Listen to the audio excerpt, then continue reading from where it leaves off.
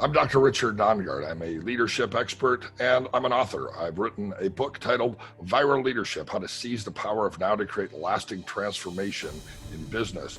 And today, Dov and I are going to be talking about all kinds of great things, including why goal setting might not be so helpful to you and what the alternative to goal setting is. We're going to be talking about ways that you can activate your leadership at every level so that you can create a sustaining business and success, both in your personal life and in the lives of your community. Congratulations! You are tuned into Dov Baron's Leadership and Loyalty Show, the #1 podcast for Fortune 500 executives and those who are dedicated to creating a quantum leap in leadership. Your host, Dov Baron, is the founder of FullMontyLeadership.com. He's an executive mentor to leaders like you, a contributing writer for Entrepreneur Magazine, CEO World, and he's been featured on CNN, Fox, CBS, and many other notable sites. Dov Baron is an international business speaker who was named by Inc. magazine as one of the top 100 leadership speakers to hire. Now, over to Dov Baron.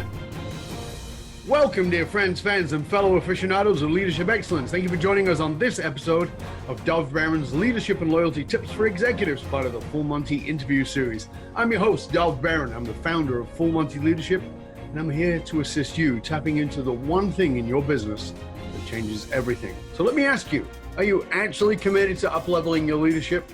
Well, in that case, have you considered how your leadership can create lasting transformation?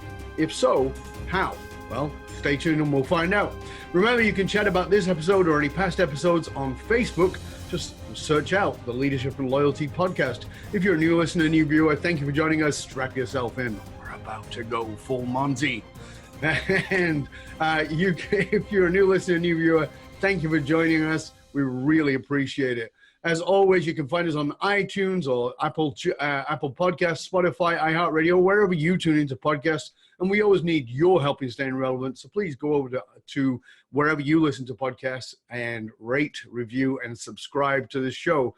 And you can also catch us on traditional radio stations across the United States every Monday and Thursday. We're all the way from Las Vegas to Florida, to Boulder, Colorado, and even to Quantico in Washington, D.C. You'll also find us on Roku TV, where there's over 100,000 subscribers. And if you're a regular listener, big thank you to you for making us the #1 podcast globally for Fortune 500 listeners, with a potential reach of 2.5 to 4 million listeners for every single show. We're honored and grateful to be cited by Inc.com as a podcast to make you, the #1 podcast to make you a better leader. And you can also tune into us through Spotify, Google Home, Alexa by simply saying play Dov Baron podcast. Again, thank you for sharing the show with everybody you know. All right, let's strip it down, dive right in. As a leader, whether you're a CEO, someone in the C-suite, a sales leader, an entrepreneur, or a leader in any capacity, you're likely smart enough to know that leadership determines culture. However, there is a community to your culture, and your culture impacts your community. Your culture goes beyond your organization and your identity. But how can you have that kind of impact and really create a legacy based on it? Well, let's find out together. Our guest on this episode is Dr. Richard Nongard. Now, Richard focuses on real-world solutions based on the science of leadership. He holds a doctorate in transformational leadership. He is a business expert who started his career in 1983 as a cold call salesperson in the auto industry. He's a serial entrepreneur who's built multiple companies from the ground up. He's the author of numerous books, publications, and training videos. His first book on leadership was Transformational Leadership, How to Lead from Your Strengths to Maximize Your Impact. And it's already become a popular resource in the leadership development space. He has written many other books, including the psychology textbooks that have been adapted as textbooks at the university level. Dr. Richard Nongard is an innovative leader who is an expert in cross-cultural engagement. And his most recent book is Viral Leadership. Seize the power of now to create lasting transformation in business, and it's a bestseller. Ladies and gentlemen, please help me welcome Dr. Richard Nongard! Thank you, Dov. Yeah. Be here with you and with your listeners. Thank you, sir. It's good to have you here. And I am assuming that you are back in the United States. I am. I just came back from China about a week ago, so I'm over my jet lag and I'm back to business. Uh-huh. And so before we start, there's a question I like to ask every one of my guests, which is, who is someone who likely we wouldn't know or wouldn't suspect has been a major influence on you? Because we're always, we get all these things that are constantly given to us about who the most powerful people are and how they have influence. But very often what I find is it's not those people at all. It's actually somebody who is lesser known. Mhm. Who would that be for you? For me, it would be a guy named Bob Johnson. And you can't even have a more generic name than Bob Johnson. There's got to No, be you can't. 10 billion Bob Johnsons. But he was a youth minister, and when I was in high school, I had a hard time, and I jello snarfed with his youth group, and went camping and did all those youth groupy sorts of things. And he was very helpful to me during a difficult time in life. And so over the years, this of course is pre-Facebook, pre-MySpace, pre-email probably, Right. and but I kept in touch with him over the phone, and probably when I was about 30, I called him up one day. I said, hey, Bob, how you doing? It'd been, 12, 13 years since I'd been in high school. And he said, I'm doing great. He said, I quit my job and I've become a hydraulic hose salesman. What? I said, well, that's weird. You go from youth ministry to selling hydraulic hose. And he said, well, Yeah. I have 3 kids and they're going to college, and I'm going to need to have more money than youth ministers make. So I've made this decision. And I said, wow, after a 20-year career in youth ministry, it must be amazing, all the people who call you and update you and how you've impacted their lives. And he said, well, not really. I said, what do you mean? I said, what about this kid and that kid? Do you ever hear from them? And he said, no. He said, you're the only one who calls. And I said to him, I said, wow. I said, then why did you stay in youth ministry for so many years? And he said, because you kept calling. Huh. The power in that is that true leaders try to impact individuals who then go on to impact other people. And I realized it wasn't about the quantity of people we impact. It's really about the individual and personal relationships. And so in my career, I've tried to truly mentor leaders, whether that was a large number of them or a handful of them, and have a positive impact on people wherever I go in both my personal and my professional life. And maybe my footprint isn't as large as other people, but I'm really grateful because my footprint has impacted those, hopefully, who need my mentorship the most. Yeah, but this is the thing about leadership. And at the ego level, we all have egos. At the ego level, we'd all like to impact and influence millions of people, and that would be wonderful. It would be great. But it is oftentimes that exactly what you were just saying, that you've impacted one person who has then gone away and impacted many. And every day, part of my gratitude is to appreciate the lives that I touch, who touch the lives of others, who will likely never know our names. And I think that's really important. So thank you for sharing that. That's a powerful, I love that piece of the show every week, because it's always something that is a little bit off where we would expect. So I really appreciate it. Sure. The book is called Viral Leadership. Let's talk a little bit about that, because it implies that it's about branding. Well, it's not really just about branding. It's about creating long-term, sustaining success. Often leaders are looking forward. I think this is probably one of the big problems in our current markets. We're looking for the profits in the next quarter, but business is not viewed like literature or art or music that can have sustaining ability. We just don't see it in that same genre as those sorts of things. But the reality is business can be sustaining. It can be lasting. There are insurance companies that have been around since the founding of America. The toothpaste that I brushed my teeth with this morning, Colgate toothpaste, has been made for 200 plus years.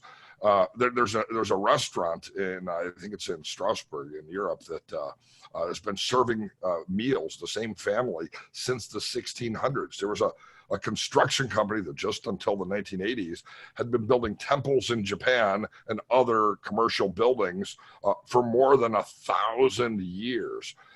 And business can be sustaining. And real leadership is not about the next quarter. Real leadership is about long after I'm gone, what have I set in motion that continues to drive success? And when I do, whether it's a keynote speech or whether I'm doing corporate coaching, I do a lot of coaching and individual mentoring. What I'm really trying to help people succeed with is creating the systems and creating the experience and creating the culture of an organization that can last 1,000 years. So when you talk about viral, you know, because we in the modern context, we think of viral as that video that gets shared 1 million times. But what you're talking about is a lasting legacy, that the viral is that there's a message that you're sharing as your business and who you are. Is that right? Sure, but I think it's also tied to the viral video. I mean, let's take Justin Bieber as an example. You know, Justin Bieber, his mother put up some YouTube clips of him singing, and he became a global phenomenon. Now, Justin Bieber was not a one-hit wonder. For as much as our society likes to make fun of Justin Bieber, not at all. The reality is Justin Bieber built a sustaining career, both in acting as well as music, and in a new media genre of course, influencing and social media. And Justin Bieber created a lasting, whether you love his music or don't love his music is irrelevant, impact in our culture and built a business. And this came because what he was able to do is he was able to seize the power of that moment. Lots of other people have gotten 10 million hits on their YouTube video, but we've never heard of them. What's the difference? Why was Justin Bieber able to parlay a moment of success into lasting and sustaining success? And we have to do that in our business, because what happens is 1 month we'll have great sales, or we'll get a huge contract, or we'll get the right talent in to really accomplish something spectacular and maybe get attention from the community, from the media or others. But if we don't seize the power of that moment and use that momentum to create something sustaining, then it was just a flash in the pan. It wasn't leadership. So let's go to that. Let's go to a business that's having a moment that is potentially a flashing the pan, but also potentially the great leverage moment. How would you guide them? I think one of the keys is to help people to do two things. One, to anticipate those moments. One of the ways we anticipate those moments is by being fully present in this moment. We often miss and see our opportunity in retrospect. And it's because we were missing the power of this moment. That's a skill that has to be trained. So I do leadership training. I was just recently in an interview with a company that wanted to know what type of things that I was going to be teaching. And one of the things that I teach is the skill of being fully present in this moment. So often we're in the regret of the past, or we're anticipating the future. We're really missing. Or picking up a phone. Yeah, exactly, and we're missing the checking power. An email or watching, you know, and we think people are not noticing, but they are. Yeah, and we just get stuck with all the distractions of the day.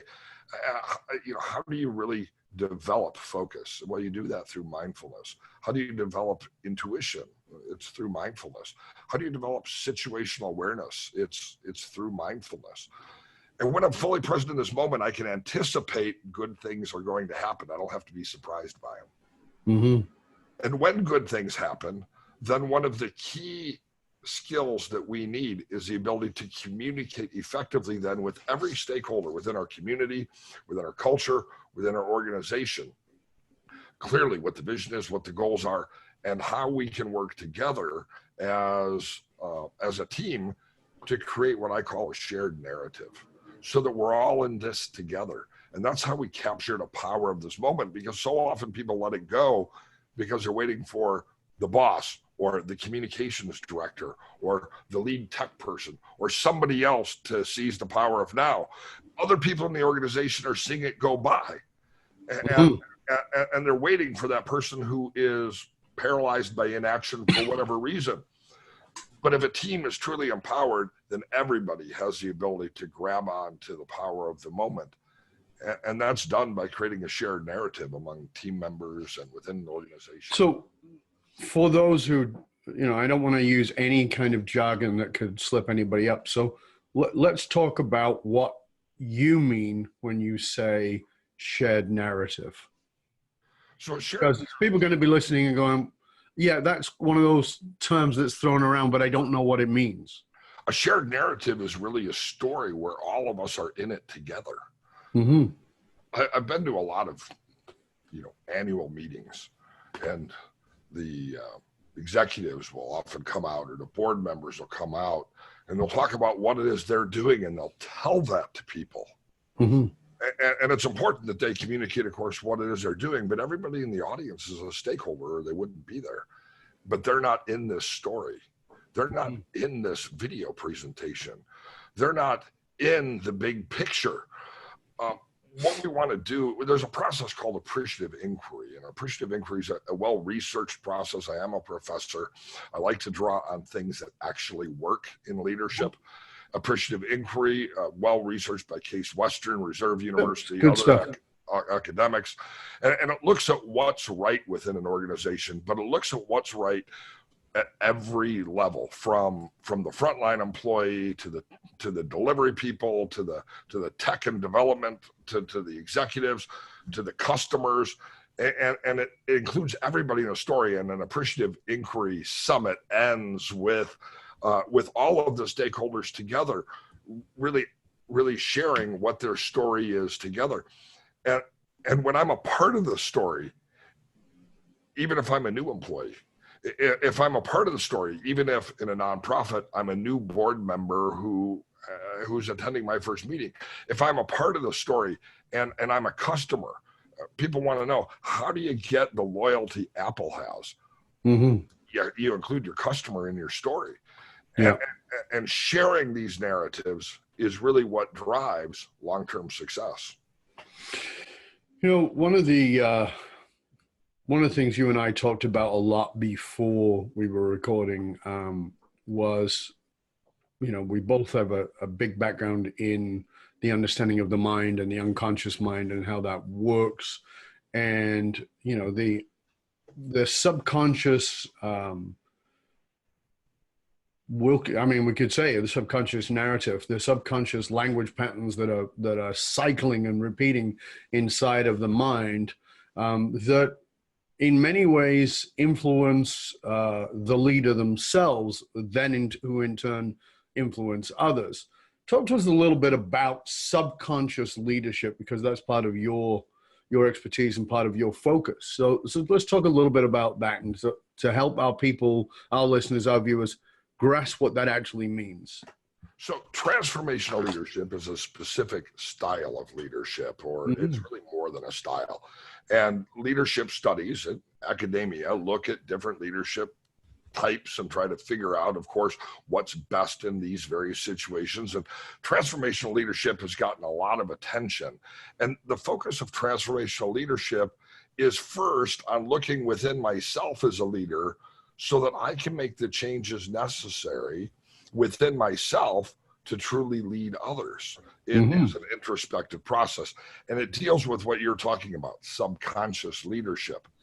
There are blocks that hold us back from leading effectively. These are things that may be either known to us or things that are unknown to us in our subconscious reservoir that we need to address in order to be effective leaders.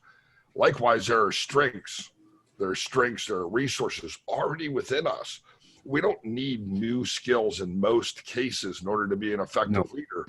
What we need to do is take what's right with us and use that in many cases to even compensate for the deficits. And that's done through a process of introspection, of developing social intelligence, to put it in context of some of our training and background, even hypnosis. Because in hypnosis, one of the things that we do, whether we call that meditation or guided imagery or anything else, what we're really doing is we're looking at the opportunities of this particular moment.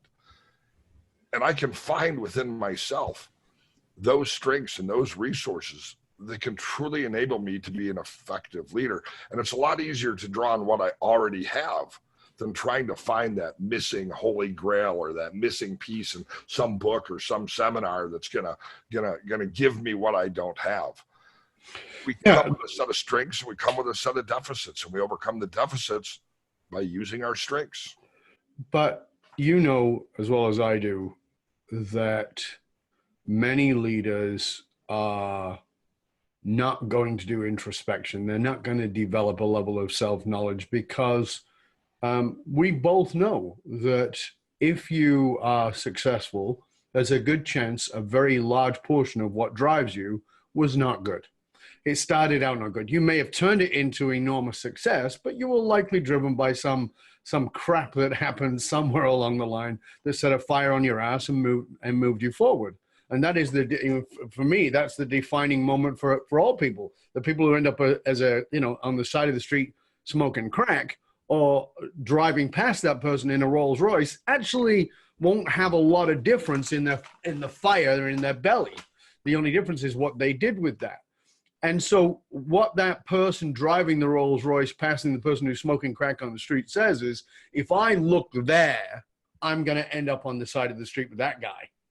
So when you're confronted with that, when you say, well, hold on a second, you've got all these great resources, they say, well, yeah, but I'm not going, the resources I've got me this Rolls Royce. I am not going anywhere else. What do you say to those people who are quite literally afraid, or would never admit in that language, but they are quite literally afraid of looking into those, what I call those dark corners? This is exactly what viral leadership is all about. It's about the willingness to actually look at those things, because when we have success and we have that Rolls Royce, we've had the $100 million sales, we've had the team meeting where everybody swears their allegiance to us, etc. We're in that moment. We're in that moment of success. But every leader who creates long-term success is a leader who ends up going down that difficult path of introspection and not looking for what's wrong. That's therapy. And I'm not interested in doing therapy with my clients.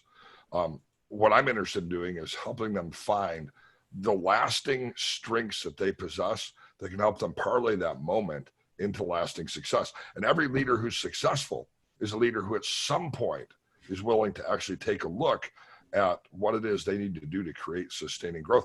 I see people all the time. I read a story the other day about an NFL star who's hundreds of millions of dollars in debt. And and again, there's that, well, it was the money handler's problem, or it was the contract person's problem, or this is a sports leader, but he hasn't taken a time to look at his own, he's excelled in one area, but he hasn't mapped that success across the other areas, in this case, finances. And that is a process every leader who creates lasting transformation must do, whether they like it or not. The great news is we can approach it with appreciative inquiry or positive psychology, and rather than trying to fix what's wrong, because that's paralyzing. And by the way, if we're looking at the problem, we're not in the solution. And so appreciative inquiry and positive psychology tell us we can take a look at what's right, and we can draw on those strengths to compensate for the deficits. For example, I'm the most unorganized human on the planet Earth. I don't even keep a calendar. And yet, even though we planned this talk out months in advance, Dov, I was right here for you and your audience at exactly 9:59 on today's date. Why was I able to do that? Because I'm really good at delegation. One of my strengths is creating a wonderful team. I've had the same business manager for 20 years now, and I have a wonderful team. And in the morning, I wake up with my text messages and my Outlook calendar and my schedule filled up. And I've never tried to become a king of organization. No. What I've tried to do is build relationships with the people who have that as a gift, to recognize that my strength is in perhaps vision and creation, and I let them do their job and I do my job, and together we've created successful businesses, multiple businesses over the years. Yeah. It's I think it's the great foolishness of leadership to think. I mean, it's part of our generation too, to think that we can do it all. The lone wolf syndrome of leadership is absolute nonsense. It doesn't work, and we're all guilty of it. And we become more guilty of it when we step into leadership positions. And that's the self-inquiry. That's the stop that says, okay, there's a part of me that says I now can no longer ask for help because I'm the big boss, I'm the leader. And it actually has to be the exact opposite. I'm now the big boss, I'm the leader. I got to ask for more help than I've ever asked for, and swallow my ego, my pride, and all the other nonsense, so I can really serve. That takes me into the next piece that I want to go into with you, because this is a massive subject for me. I speak a lot about this and the power of this and the deficit of this. And I know you are very strong on this too, which is identity. Let's talk about identity in the context of leadership and the power and the massive destruction that can hold. Nobody can say I am for me. I'm the only one who can say I am. Those two words are incredibly powerful, and that's how an affirmation begins. I am. Mm-hmm. I'm clear-minded. I have integrity. I am energetic. I am whatever resource state that I need. And I am is a really powerful statement that nobody can say for me. I'm the only one who can say I am. And in building an identity that is sustainable, in building an identity that is lasting, in building an identity for any business, one of the things we have to do is start with really identifying those strengths.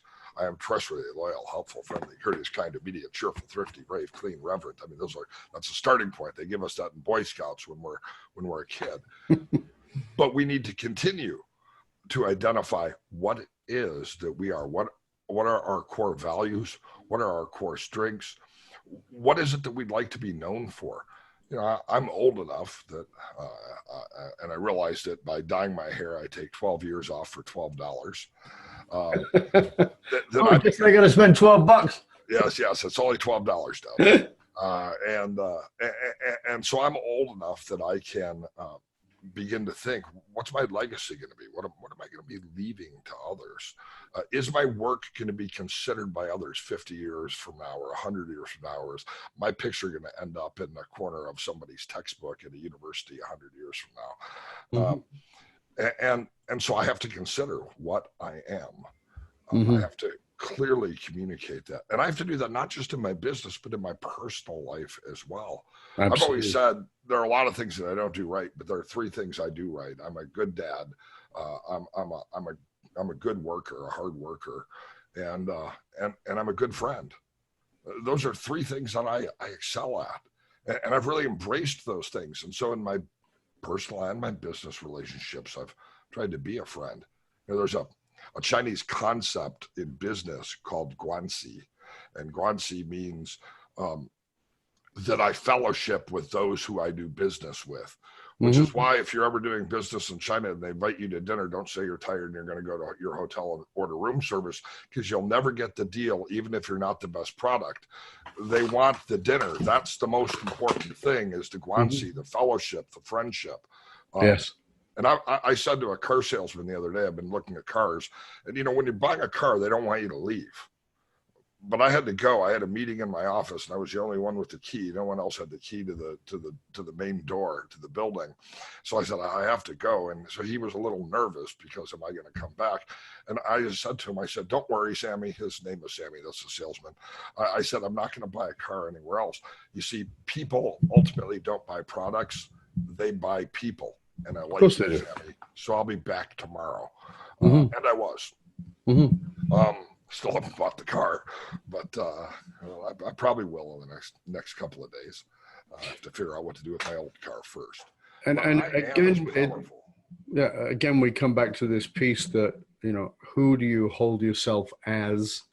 And it's also, again, at the level of self-awareness, is not only who do you hold yourself as, but who do you project yourself as? Because you may hold I had this conversation with somebody very recently who holds themselves as very integral, highest value, integrity, fantastic. I said, how do you see yourself? Oh, incredibly integral. It's my highest value. Great. Fantastic. If I do research and ask 5 people who know you, well, are you integral? And he goes, oh, yeah, they would all say that. I go, well, I know one of them who would say no. Right. And you go, what do you mean? Because we all have our own blind spots, and our blind spots tend to show up in the areas that we're actually strongest. And that level of self-awareness is I give a simple example is one of my guests, when I first started out, probably in the first year of this show, which is now 11 years old in 2019, one of my early guests was a friend of mine who was a media trainer. So, I'd been in his media training. He talked about speaking in sound bites and understanding how that and blah, blah, blah. So I had him on my show. Oh my God, he was awful. And I told him because he couldn't speak in sound bites. Sure. And it's, and I use that only as an example, not to ridicule him, but to understand the very thing you're teaching may be your blind spot as a leader. So if you're talking about vision, but you never share the vision, or you don't elicit the vision from others, and as you said, make it part of a community, a collective narrative where everybody's involved and part of that vision. So you're talking about vision, but you only talk about yours, and you don't include anybody else. Well, you have to look at that. And I think this is one of the great things about a great leader is if this is my strength, and I think this is a vitally important piece. Heads and tails are the same coin. They look totally different, but they are the same coin. So if this is my strength, how is it my weakness? Absolutely. If this is my weakness, how is it my strength? Which is what you're talking about here, right? Absolutely. It's interesting. I know a lot about Chinese culture and Chinese history. I speak Chinese, and so sometimes I use that as an example. And there was a leader named Guiguza, and he wrote writings 5,000 years ago during the Silk Road time period. His strategies were both military strategies as well as business strategies. And what's interesting about the writings of Guiguza is that he really wrote about both sides of the coin. In popular understandings, we might call this yin yang. Yes. The both sides coexist, and good leaders recognize that they can make money whether the door is open or whether they shut the door. Good leaders recognize that whether they start something or end something, they can seize opportunity. And people who create viral leadership are individuals who are really able to, again, create that lasting transformation by fixing what's wrong, by drawing on what's right. And that's a strength-based approach to leadership and social intelligence and personal development that's highly effective. I quit trying to fix what was wrong with Richard Nongard. There's a lot wrong with me. But I've tried to take what's right, use it to compensate for any deficits, surround myself with people who have different strengths than I do, and at every level, share that identity, share that vision, create a shared narrative, which is creating a shared culture, and fellowship together, because that community is essential. We've been in good economic times over the last couple of years, and business is cyclical. What goes up must come down. And the companies that are successful in the future are the companies who are preparing now for when things aren't quite so rosy, by using appreciative inquiry, by developing shared narratives, and by seizing the momentum of this phenomenal success we've had in business over the last few years, so that it's able to sustain through the difficult times we all know are coming. Yeah, well, we all know, but most are in denial of. You mentioned that, we started out at the beginning, we talked about how you just come back from China, you speak Mandarin, and I know because of our previous conversation that you're married to somebody who is Chinese, whose obviously first language is Mandarin. Were you interested in that, because you brought up some of the writers and philosophers, were you interested in that before? Or was that something that came as a result of being married into the culture? Well, I've been all over the world. I've been east, west, north, south. I've been everywhere. So I've always been interested in other people, other cultures, other countries. And most of my travels have been by myself and off the beaten trail. I haven't been going on tours. I've been simply buying a ticket, exploring the planet Earth, and it's pretty cool. And I've just always enjoyed Asia, and I find the rich history of business and culture that goes back. Here in America, we have 250 years of history. And many countries have buildings that they pull down that are older than that. Right, exactly. Not really a heritage building. Years old. Exactly. So when I met my wife, I probably enhanced my interest in the culture. In fact, she's a great business person. I've learned a lot about business from her. The writings of Greg Guza, I was talking to her about an NLP class that I was going to be teaching. And she said, I was trying to explain NLP to her. And she said, oh, like Greg Guza. And I said, what's Greg Guza? And she said, are you stupid? Don't you know what Greg Guza is? This is the most influential philosopher in Chinese business. And of course that piqued my curiosity, and I looked for books and found none, and finally did find a couple translations of his early writings. But what's fascinating is those core business principles are still the business principles that are at work today. And that to me really interested me, because I'm interested in helping my clients who hire me to help them create a sustaining business. And when I have 6,000 years of business history to draw from, we can really take some of those elements of long-term success and apply them to Western structures and Absolutely. to the businesses that we have today. And that's true whether it's a pizza place, or whether it's a car dealership, or whether it's a financial services agency, or a manufacturing company. We all have the ability to create lasting transformation. Now you have a rather distinctive voice, but your voice is actually part of your story, and I would suggest potentially part of your identity today. And your voice actually is part of what created a turning point in your life. I find that leaders usually have a turning point. So talk to us about that turning point in your life, in your leadership, in your business. Sure. Well, I've been doing something odd for an interview. I've been having sips of my big giant unsweetened iced tea. And the reason why is it's important for me to keep my voice lubricated. As a speaker, as a trainer, as a person who comes from a background as a therapist where I spent my days talking to people, I woke up 5 years ago, I couldn't speak anymore. My voice was gone. I thought it was allergies. It didn't go away. I went to the doctor. He scoped me out. He said, well, there's a giant tumor down in your throat. Giant tumor. A giant tumor, right? And that was on your larynx? It was at the base of my tongue and my throat. Wow. He said, wow, we had to get in there. We have to go do surgery. We have to figure this out. It's probably either HPV related or lymphoma related cancer. I got bad news for you. Let's get in there and check it out.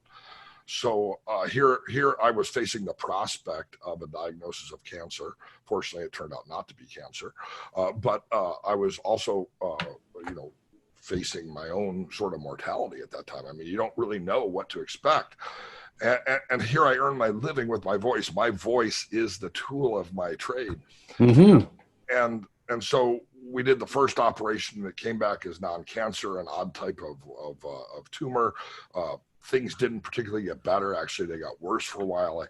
I essentially couldn't speak for about a year until I actually found a new doctor and went through a new course of treatments and new multiple surgeries.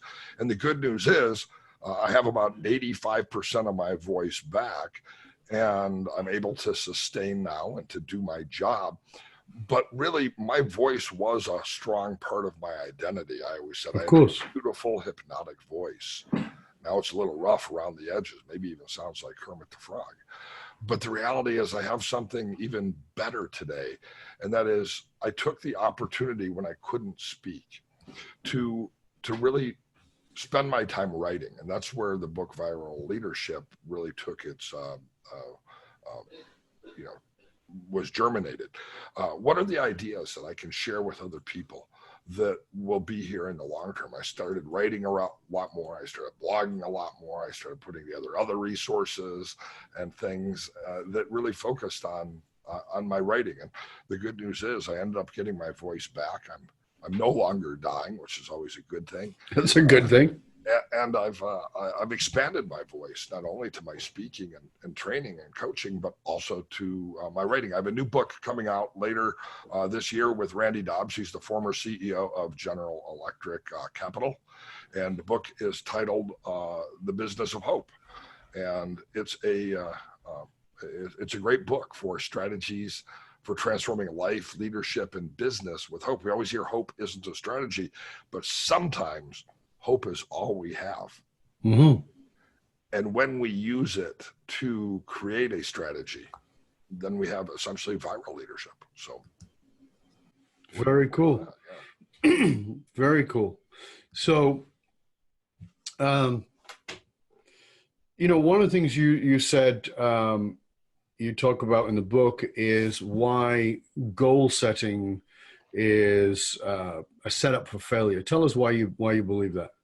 Well, the research shows that when we set goals in business, we are more likely to hit the goal than if we don't set goals. So if I'm a car sales manager and I say our goal is to sell 100 units this month, okay, sales team, each of you need to sell at least 10 cars. There's 10 of you. We're more likely than not to reach the goal if we set goals. The old adage, if we aim for nothing, we hit nothing, is true. The problem with goal setting is that it can also be a trap unless we look at it holistically, in that sometimes it can be an ethical downfall. And we saw that with the big banks who are opening accounts for people in order to reach their goals. We saw that with a large tire retailer in the 1990s that made the national news when they made a ton of money and hit all of their goals, but at the expense of customer relationships. And so there are some downfalls to goal setting. And one of the other problems with goal setting is that our natural inclination is that as we get towards our goal, but we don't reach it, to justify revising our goal downward. Well, we had snow one weekend, so we couldn't sell cars, or interest rates went up, and so let's revise our goal downward. And then we hit our new revised goal. We feel good about it, so we continue to revise down. And goal setting can actually be a trap that causes us to spiral towards a mediocrity of revised goals.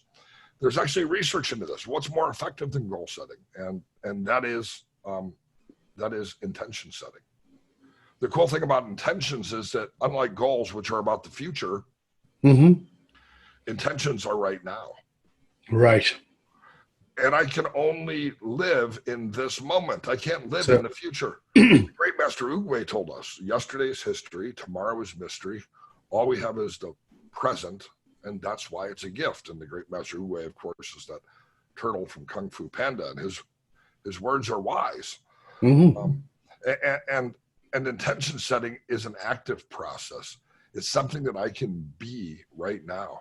And so if I'm in sales today, my intention might be to communicate clearly, or to my intention might be to greet people with a smile. My intention might be to be enthusiastic, because nobody wants to buy anything from somebody who's moping. Right. And so I can set an intention at any time. In the morning, I get up and the shampoo bottle says, lather it on your hair and wait 2 minutes and then rinse it off. And so I actually take those 2 minutes to ask myself, what intentions should I set today? When I step out of the shower, what should I be stepping into? And unlike a goal, which isn't happening yet, an intention is happening right now. People who set intentions are people who look back in retrospect and see that if they had been setting goals, they would have wildly exceeded them almost every time. That's pretty cool. Yeah, I think it's a lovely way to support yourself in your goals by bringing things into the present, which is terrific. So we're coming close to the end of the show, and we got to move into the fast track. So in the fast track, Richard, what are you most curious about? I'm most curious about stories of hope and how it's transformed other people. when I was left without a voice, I was left only with hope. Which, by the way, the yin yang of it, as we talk about, is hopelessness. Of course. There was probably an element of hopelessness, which is where the hope came from, because I didn't like that feeling of hopelessness. During the hurricane in Houston a few years ago, my cousin was at the time the president of a plastics manufacturing association. And all they were left with was hope for their businesses and their employees. And they used hope as a strategy. We hear all the time, hope isn't a strategy, but it is. Randy Dobbs shared a great story with me about a furniture company in his home state of South Carolina that employs felons. And this, of course, comes because the owner of the company found himself at one point struggling with his own addictions, his own demons, his own failures, and was able to build a successful business by giving hope to other people who society had written off. And it's become a business strategy for him, sharing hope. I've actually seen some of those companies. Yeah. And so I'm fascinated by hope and how it can transform life and leadership and business. That is pretty cool. You know, as I said, both of us have a background in psychology, and I'm a great believer that we are shaped and formed by the psychology of the early parts of our lives, the formative years, if you will. And sometimes those are extremely negative and we turn them into positive, and sometimes they're positive and we turn them into negative. There's a vast array of ways that it can impact us. How has your childhood shaped who you have become today? Probably both my insecurities as well as my strengths. I learned independence and autonomy when my alcoholic father left the family when I was a kid. And my single mom, brought us up. And my father died then when I was young, most likely through suicide, although we'll really never know the real story. And I made that, I did a TED Talk. You can just search my name and, on TED Talks, on Google or elsewhere, Nongard TEDx, you'll find it. And the reality is that although our past does bring us to where we are today, none of us are trapped by our past, no matter how miserable it was, when we learn to live in the present. And that's a message that I've tried to share with other people, because it's something, I haven't had a drink since March 31st of 1988, so going on 32 years. Yeah. Because I found myself in the same boat my father was in and my grandfather was in. And fortunately, they were the bad example that went before me that helped me recognize early on that there was something in our family that was different in other people's families. And that was a predisposition towards alcoholism and addiction. And I've used both my deficits as well as my strengths to hopefully be a more effective leader and share those leadership skills with others. There's a line in the big book of AA that I love. It's not about spiritual progress. It's not about spiritual perfection. It's about spiritual progress. I've never viewed myself as being the leader of all leaders who knows more than anyone else. Sure, I have a doctorate in leadership. I wrote books on leadership. I train executives in leadership. But I'm just a person who's trying to share the tools that not only have worked for me, but that the academic research shows are effective, to help other people be the most effective leader that they can be. Yeah, and that is such an important point, is the willingness to embrace those things. My father was a powerful influence on my life in showing me what to not be. And I am grateful for that, because I have people that I know who don't have enough, don't feel connected enough to their own sense of power and mission and purpose, because life was pretty cruisy, right? And so they didn't really get in touch with that. And we know that the transformation of human beings is formed in the fires of pain. Right? It is the overcoming, the fight within us does not come in comfort. That it's not born in comfort. No great change is born of comfort. It is born of struggle. It is born of change. It is born of anger often. So oftentimes it is, as you said, looking at dad, who was in your case, or granddad, who was the alcoholic, and this legacy of addiction, and going, yeah, I know where that goes. And unfortunately, most people don't bother to say, I wonder where that goes. They just go, oh, well, I guess it's just my path. No, unless you choose it. I always wonder, where did I get that insight at age 22 to recognize that I was on the same path they were in? But I'm grateful for it. And the great thing is that no matter how far down the scale we've gone, no matter how difficult life has been in business, our personal life, finances, or elsewhere, we can, in this moment, because the past doesn't predict our future, we can make any changes necessary when we know how to do it. And the good news is we can then see how our experience can benefit other people. And that's the value of community. I love sharing stories of hope and transformation, and hearing of other stories of hope and transformation, because it really makes all of us stronger and more effective leaders. Yeah, the past is a great predictor of the future if you don't examine it. That's the piece that people don't put on the end. Exactly. If you don't examine it. Exactly. Right? And that's what I try to help people do, sometimes in humorous ways, sometimes in lighthearted ways, but also with seriousness through processes like Appreciative Inquiry, or applications of positive psychology to business or in leadership development. So as we come towards the end, what is a guilty pleasure for you? Travel, first class. There was a time when I first started my business many years ago that I would drive to where I was going, or I'd fly in the cheapest airline seat, or I would stay at the cheapest hotel, and then I would actually drive to where the venue was because I couldn't actually afford to sleep where the venue was. So now my guilty pleasure is first class airfare. I took the train from Dalian, China to Beijing. Normally I fly, but I'd never taken the train, and Chinese have wonderful trains. So I bought the business class seat. It cost more than a first class airline ticket.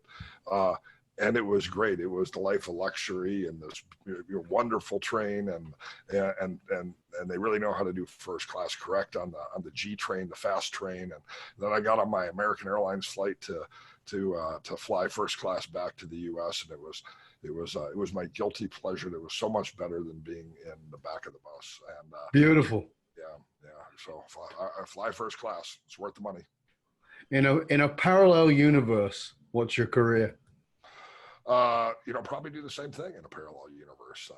I actually love what I'm doing. I can't imagine. Yeah, I get that. I love what I do too, but you have to pick someone else. It's a parallel universe. Probably be a pilot. I love flying. I love airplanes. Because you love to fly, right? That makes sense. All right. Yeah, that makes perfect sense. So as we finish up here, I want to, for me, it's always important to finish on a practicality, because all this is wonderful. It's lovely. It's fantastic. But if we don't go away and do something with it right now, there's a good chance it'll drift away. So please share with our viewers, with our listeners, something that they can specifically put into action in the next 24 to 48 hours.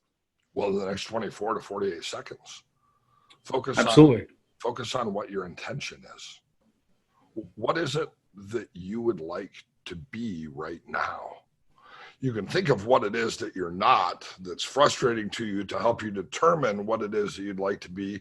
Or you can forget about all those things that might trap you in the past, and you can simply decide right now, for the rest of today, what intention is it that you'd like to act on throughout the rest of the day?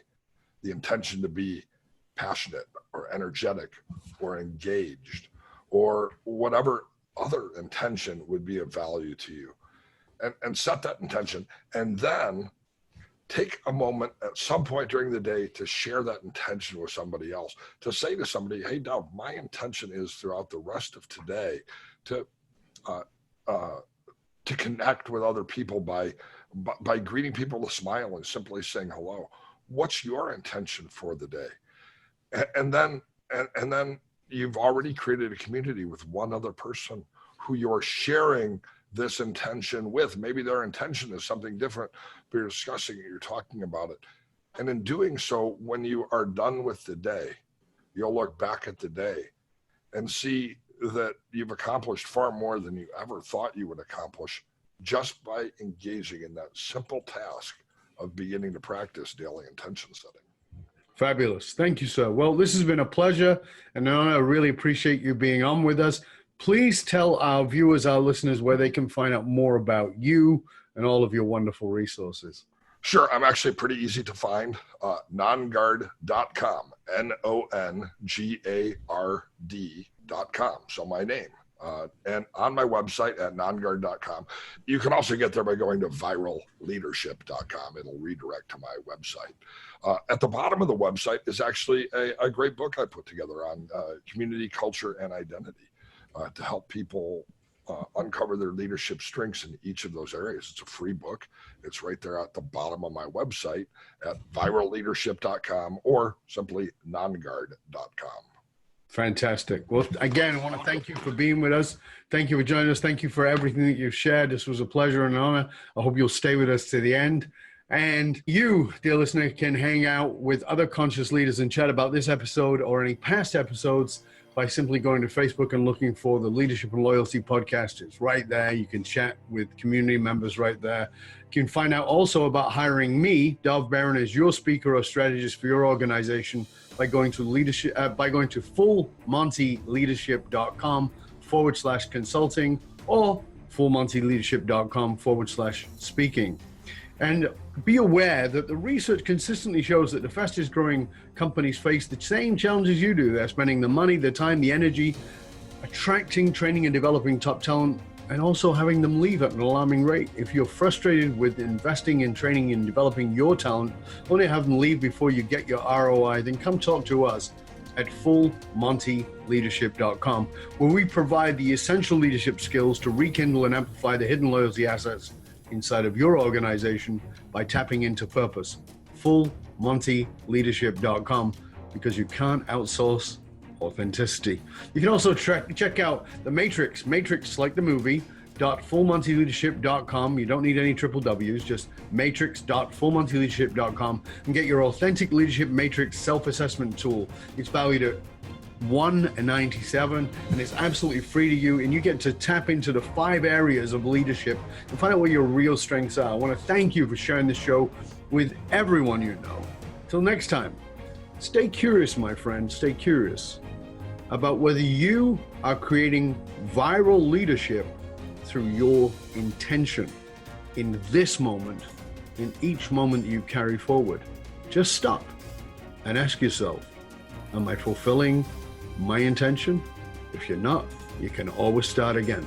I'm Dov Baron, and I'm here to assist you tapping into your deep greatness to reach that next level of clarity, focus, purpose, and profit in your business, your life, and your leadership impact. And I am out.